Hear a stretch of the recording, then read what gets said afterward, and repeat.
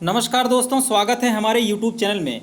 दोस्तों UPSSC लेखपाल भर्ती के लिए जो है मुख्य परीक्षा जो होने वाली है उसके लिए बहुत ही महत्वपूर्ण आप लोग के लिए प्रैक्टिस से मॉडल पेपर लेकर आया हूं।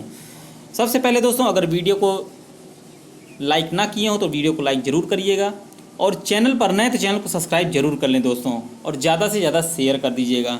क्वेश्चन नंबर पहले पर चलते हैं, ज़्यादा समय नहीं लेंगे, फटाफट आप लोगों को 100 क्वेश्चन कराएंगे। इस तरह हम 2500 क्वेश्चन आप लोगों को जो है परीक्षा तक कराएंगे। बहुत ही महत्वपूर्ण प्रश्न हैं। जो अभ्यर्थी फ्री में स्टडी मटेरियल पाना चाहते हैं चैनल को सब्सक्राइब कर लें, कोई भी रुपया आपसे 1 रुपये भी नहीं लिया जाएगा। रस सूत्र के जनक माने जाते हैं, तो रस सूत्र के जनक जो है भरत मुनि माने जाते हैं। भरत मुनि को रस सूत्र का जनक माना जाता है। इनके अनुसार रसों की संख्या 8 है, जबकि काव्य में रसों की संख्या 9 है। श्रृंगार रस को सर्वश्रेष्ठ रस माना गया है। क्वेश्चन नंबर दूसरे पर चलते हैं। जहाँ बिना कारण के कार्य का होना पाया जाता है वहाँ कौन सा अलंकार होता है? वहाँ विभावना अलंकार होता है। क्वेश्चन नंबर 3 पर भारतीय वृत्ति का संबंध किस रस से है? तो किससे है दोस्तों? अद्भुत रस से है। क्वेश्चन नंबर 4 पर चलते हैं। निम्नलिखित वाक्य के कुछ में त्रुटियां हैं और कुछ ठीक है। त्रुटि वाले वाक्य को चुनें और उसके अनुरूप A, B, C पर चिन्ह लगाएं। यदि वाक्य त्रुटिहीन हो तो D पर चिन्ह लगाएं। तो दोस्तों इसमें दिया है, इसमें क्वेश्चन नंबर 4 में ए ऑप्शन में दिया है, कुछ उसके प्राप्त करने में दांव पेच लग रहा है। स्वतंत्रता प्राप्ति के बाद अधिकतर लोग ऐसे ही हैं जिनमें कुछ सुख संपन्नता भोगने और उसका लाभ उठाने में मग्न हैं। तो दोस्तों इसमें कौन सा ऑप्शन होगा? कुछ उसके प्राप्त करने में दांव पेच लग रहा है, तो ऑप्शन ए हो जाएगा। क्वेश्चन नंबर 5 पर चलते हैं। निम्न में से महाप्राण व्यंजन, दोस्तों देखिए नया क्वेश्चन आपको मिल रहा है, महाप्राण व्यंजन क्वेश्चन नंबर 5 है तो कौन सा है? घा। यातुधान का पर्यायवाची, ये सब नए नए क्वेश्चन है दोस्तों। यातुधान का पर्यायवाची जो होता है निशाचर होता है। क्वेश्चन नंबर 7 पर चलते हैं। राजा भिक्षुक को दान देता है, वाक्य में कौन सा कारक है? तो कौन सा कारक है? संप्रदान कारक है। क्वेश्चन नंबर 8 पर है, निम्नलिखित में से कौन सा रस जो है बीभत्स का विरोधी है? तो कौन सा है? श्रृंगार रस जो होता है बीभत्स का विरोधी होता है। क्वेश्चन नंबर 9 पर चलते हैं। 8 अध्याय हैं जिसमें यह किस समास का उदाहरण है? मोस्ट इम्पॉर्टेंट है दोस्तों, तो किसका है? बहुब्रीहि समास का। क्वेश्चन नंबर 10 पर चलते हैं। मनुष्य के पुस्तकें उसकी मित्र, मार्गदर्शक, प्रेरक और साथी होती है, तो एकांत। क्वेश्चन नंबर 11 पर चलते हैं। शुद्ध वाक्य है, तो शुद्ध वाक्य कौन सा है दोस्तों? नदी के किनारे बहुत पेड़ खड़ा है, ये गलत है। ऑप्शन बी दिया है, छात्र अनुशासन प्रिय होना चाहिए, ये भी गलत है। यदि इसमें ऑप्शन सी में देखिएगा, युद्ध मनुष्य को अमानवीय बनाता है, ये दोस्तों सही लग रहा है। साधनों का विकास करने होंगे, ये भी गलत है, ये भी गलत है। आपका सी ऑप्शन जो है यही सही है, युद्ध मानव को अमानवीय बनाता है। क्वेश्चन नंबर 12 पर चलते हैं। इसमें दिया है, इसमें से आपको जो है त्रुटि रहित होने पर डी का चिन्ह लगाएं। तो त्रुटिपूर्ण अंश के अनुसार जो है ABC और ये इसमें दिया गया है दोस्तों। क्वेश्चन नंबर 12 पर चलते हैं। किसी भी न्यायालय में दी गई गवाही, ये भी सही है। जब तक वह शपथ लेकर नहीं दी गई हो, यह भी सही है। तब तक अधिप्रमाणित नहीं मानी जाती है, यह भी सही है। कोई त्रुटि नहीं है दोस्तों वाक्यों में। क्वेश्चन नंबर 13 पर चलते हैं। शुद्ध वाक्य का चयन करें, तो शुद्ध वाक्य का चयन दोस्तों इसमें से ऑप्शन बी, समाज की वर्तमान दशा चिंताजनक है। क्वेश्चन नंबर 14 पर चलते हैं। निम्न में से कौन सा व्यंजन संघर्षी है? तो कौन सा है दोस्तों? हा जो होता है यह संघर्षी है। क्वेश्चन नंबर 15 पर चलते हैं। अवनी का विलोम क्या है? तो अवनी का विलोम अंबर होता है। क्वेश्चन नंबर 16 पर पवन का संधि विच्छेद करिए, मोस्ट इंपॉर्टेंट है दोस्तों, ये रिपीटेड क्वेश्चन है। पवन का संधि विच्छेद जो है आपका होगा पोधन अन। क्वेश्चन नंबर 17 पर चलते हैं। निह प्लस कलंक का सही संधि शब्द कौन सा है? तो कौन सा होगा दोस्तों? निष्कलंक जो होता है यही होता है। क्वेश्चन नंबर 18 पर चलते हैं। जुगुप्सा किस रस का अस्थाई भाव है? तो जुगुप्सा जो होता है बीभत्स रस का अस्थाई भाव है। शुद्ध वाक्य का चयन करें। शुद्ध वाक्य का चयन में माता पिता की शुश्रूषा करनी चाहिए, ये गलत है। तूफान आने का संदेह है, ये भी गलत है। अनेक निरपराधी दंड के भागी हुए, तो ऑप्शन सी यही सही होगा। क्वेश्चन नंबर 20 पर चलते हैं।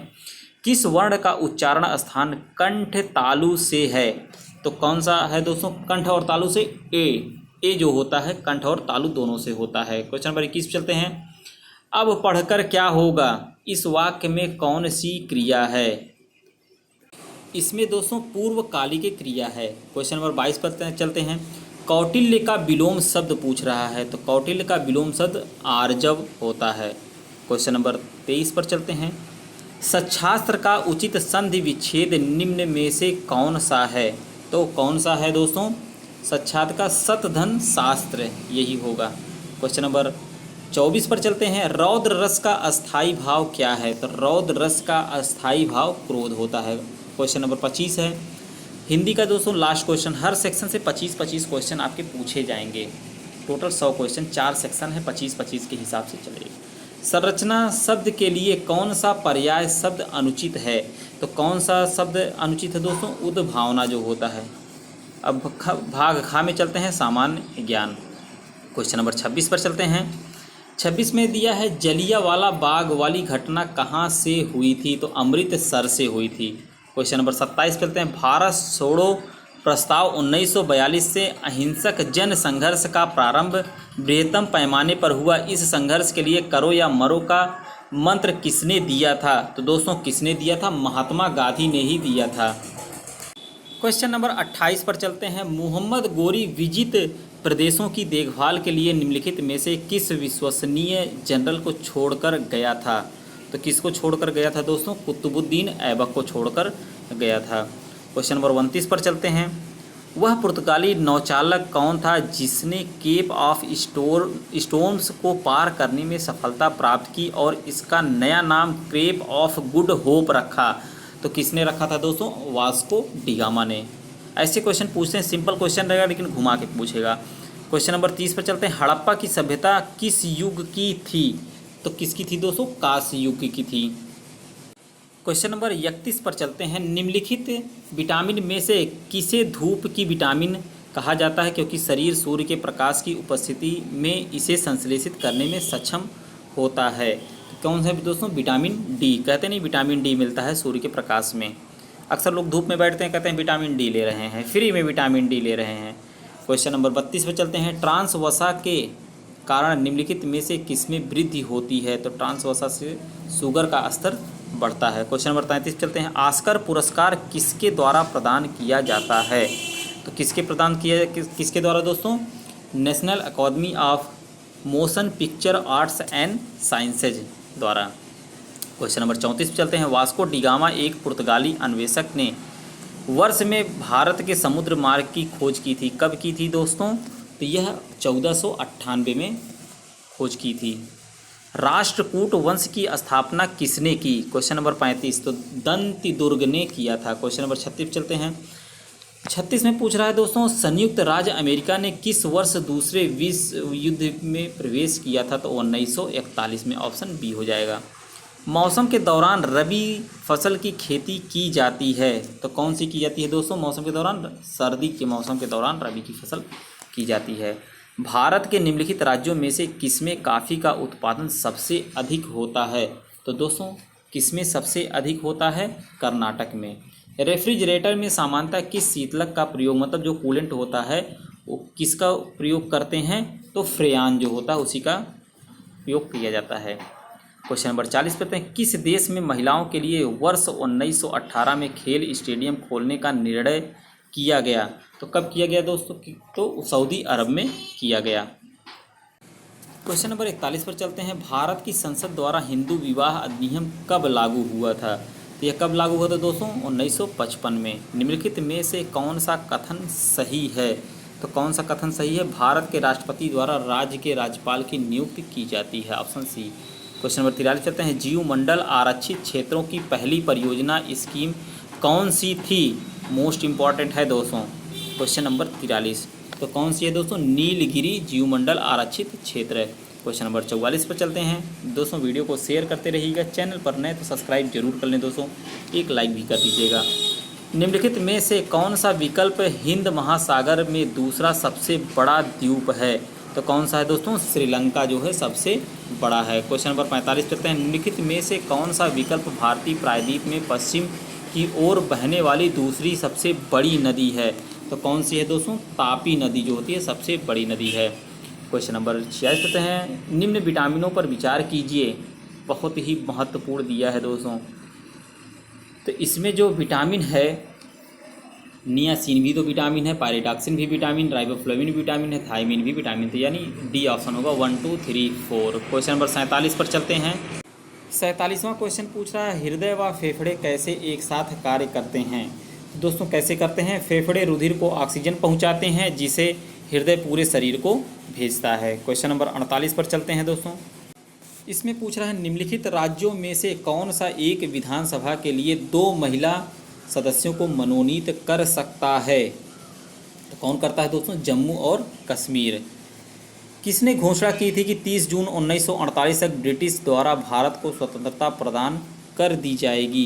किसने कहा था दोस्तों? क्लीमेंट एटली ने। क्वेश्चन नंबर 50 पर चलते हैं। पंजाब पुनर्गठन अधिनियम जिसकी सिफारिश के आधार पर 1966 में पंजाब तथा हरियाणा का गठन हुआ, किस आयोग की सिफारिश के आधार पर पारित किया गया था?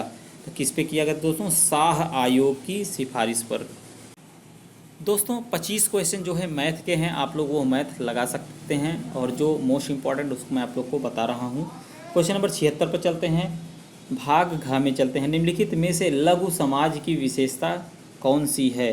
तो दोस्तों कौन सी है? 76 में विशिष्टता भी होती है, लघुता व समरसता भी होती है, आत्मनिर्भरता, ये सभी होंगे। क्वेश्चन नंबर 77 पर चलते हैं। गैसो हॉल की पायलट परियोजना उत्तर प्रदेश में कहाँ आरंभ की गई थी? तो कहाँ की गई थी दोस्तों? आंवला में की गई थी। यह उत्तर प्रदेश में ही है आंवला।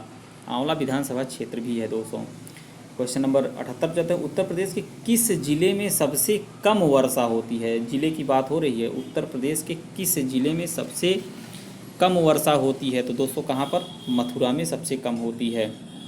क्वेश्चन नंबर 79 पर चलते हैं। उत्तर प्रदेश के भावर क्षेत्र में किस प्रकार की मृदा पाई जाती है? 79। तो कैसी? कंकरीली और पथरीली। क्वेश्चन नंबर 80 पर चलते हैं। ग्रामीण समाज की सबसे मुख्य विशेषता क्या है?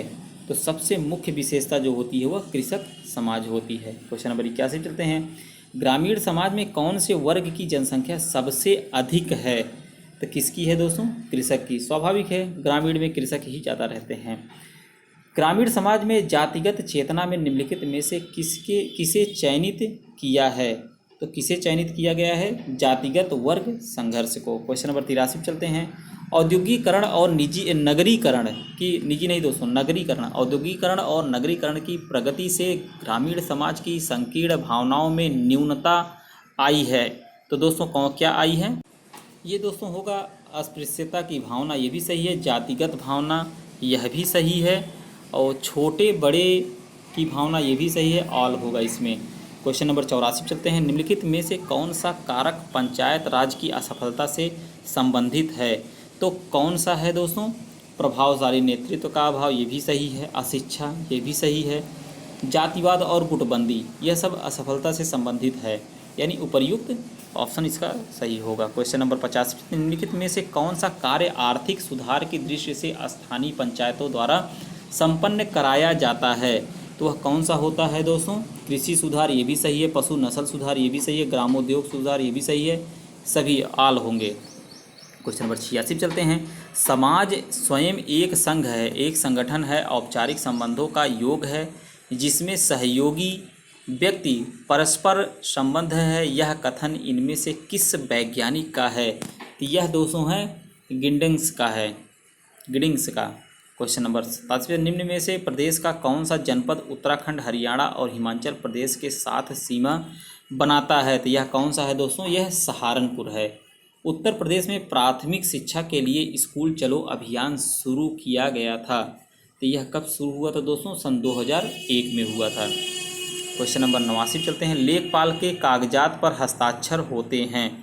तो लेखपाल के कागजात पर किसके हस्ताक्षर होते हैं दोस्तों? राजस्व अधिकारी के। क्वेश्चन नंबर 90 पे चलते हैं। ग्रामीण अर्थव्यवस्था में तीव्रता से हो रहे परिवर्तन का सबसे प्रमुख कारण क्या है? तो सरकार द्वारा नियोजित योजना।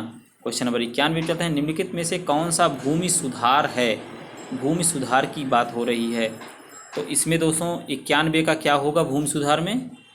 इसमें दोस्तों क्या होता है, मध्यस्थों का उन्मूलन ये भी सही है, काश्तकारी सुधार ये भी सही है, भू जोत का की अधिकतम सीमा का निर्धारण ये भी सही है, भूमिहीनों को कृषि योग्य भूमि का वितरण ये भी सही है, चकबंदी यह भी सही है। तो इसलिए दोस्तों उपर्युक्त सभी ऑप्शन जो है सही हैं। क्वेश्चन नंबर 92 पे चलते हैं। राष्ट्रीय खाद्य सुरक्षा मिशन का उद्देश्य है, तो उद्देश्य जो है खाद्यान्नों में आत्मनिर्भरता प्राप्त करना। क्वेश्चन नंबर 93 पे चलते हैं। सामाजिक परिवर्तन किसकी पुस्तक है, तो यह दोस्तों मूर की पुस्तक है। गांव के कुओं का पानी मनुष्य के क्रियाकलापों से ही दूषित होता है, अतः रोकने हेतु उपाय करना चाहिए। तो क्या करना चाहिए, तो दोस्तों इसमें कुओं में यदा कदा लाल दवा का प्रयोग करें, मतलब पोटेशियम परमैंगनेट का। कुओं में गंदी बाल्टी न डालें, गांव के पनघट के चारों तरफ गंदगी ना हो। इसका मतलब उपर्युक्त तीनों ऑप्शन सही हैं।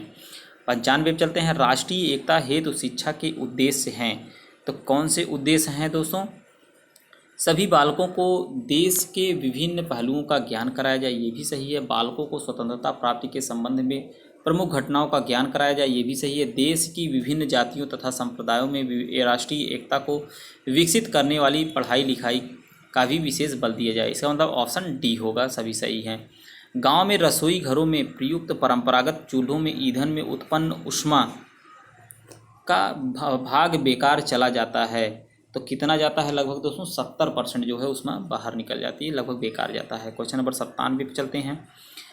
ग्रामीण क्षेत्रों में रसोई घरों का धुआं वायु प्रदूषण में अग्रणी स्थान रखता है, अतः इसे कम किया जा सकता है। धुआं रहित चूल्हा मतलब पंतनगर चूल्हा का प्रयोग करिए। रसोई घर में एग्जॉस्ट फैन लगाकर, रोशनदान लगाकर बड़ा करके उस उपरोक्त सभी होंगे। क्वेश्चन नंबर 98 थोड़ा धुंधला दिख रहा है दोस्तों। निम्नलिखित में से कौन सा भूमि सुधार का कार्यक्रम है, तो कौन है दोस्तों, मध्यस्थों का उन्मूलन ये भी सही, काश्तकारी ये भी सही है, खेती योग्य भूमि की सीमाबंदी यह भी सही है। क्वेश्चन नंबर 99 पर चलते हैं। नगरों को चारों ओर से घेरने वाले ग्रामीण क्षेत्रों को क्या कहा जाता है, तो दोस्तों उसको हम उपनगर कहते हैं। क्वेश्चन नंबर 100 दोस्तों थोड़ा धुंधला दिख रहा है। क्वेश्चन नंबर 100 पे पूछा निम्नलिखित में से कौन सी ग्रामीण समाज की विशेषता नहीं है, तो यह द्वितीय संबंध जो होता है ये ग्रामीण से नहीं है। कृषि व्यवसाय सही है, प्राकृतिक में प्रत्यक्ष संबंध ये भी सही है, सदस्यों में सजातीयता का होना ये भी सही है, लेकिन आपका जो है सी ऑप्शन जो है ये नहीं होगा। दोस्तों वीडियो को ज़्यादा से ज़्यादा शेयर करिएगा, चैनल पर नए तो सब्सक्राइब जरूर कर लें और एक लाइक करिएगा। मिलते हैं नेक्स्ट वीडियो में, धन्यवाद।